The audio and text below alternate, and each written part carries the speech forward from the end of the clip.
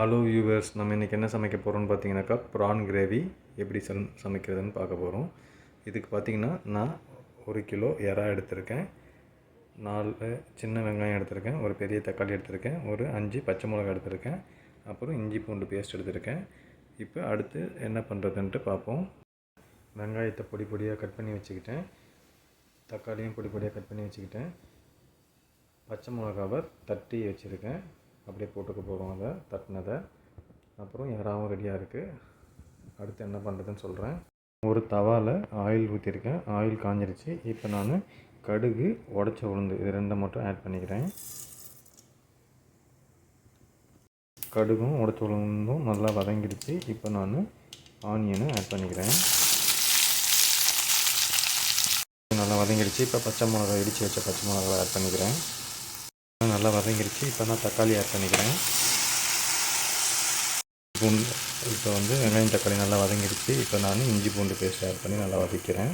நல்லா வதங்கிடுச்சு. இப்போ நான் உப்பு, மிளகாத்தூள் எல்லாத்தையுமே ஆட் பண்ணிக்கிறேன். பாருங்கள், உப்பு, மஞ்சத்தூள், வெறும் மிளகாத்தூள், குழம்பு மிளகாத்தூள் ஆட் பண்ணியிருக்கேன். இப்போ நல்லா கலந்து விட்டுப்போம்.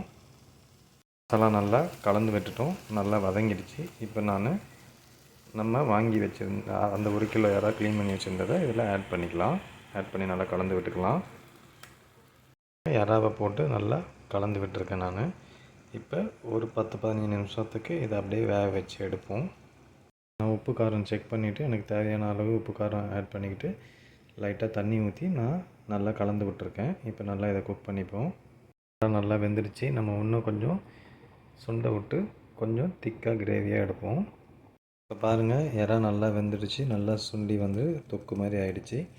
இப்போ நான் கொஞ்சோண்டு மேலே பெப்பரை தூவி விட்டு ஒரு 5 மினிட்ஸ் வச்சு இறக்கிடுறேன். நல்லா மேலே பெப்பரை தூவி விட்ருக்கேன்.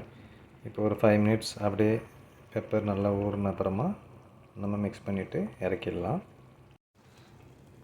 இப்போ பாருங்கள், நம்ம பெப்பர் போட்டு 5 மினிட்ஸ் ஆச்சு. நல்லா பெப்பரும் ஊறிடுச்சு, காரம்.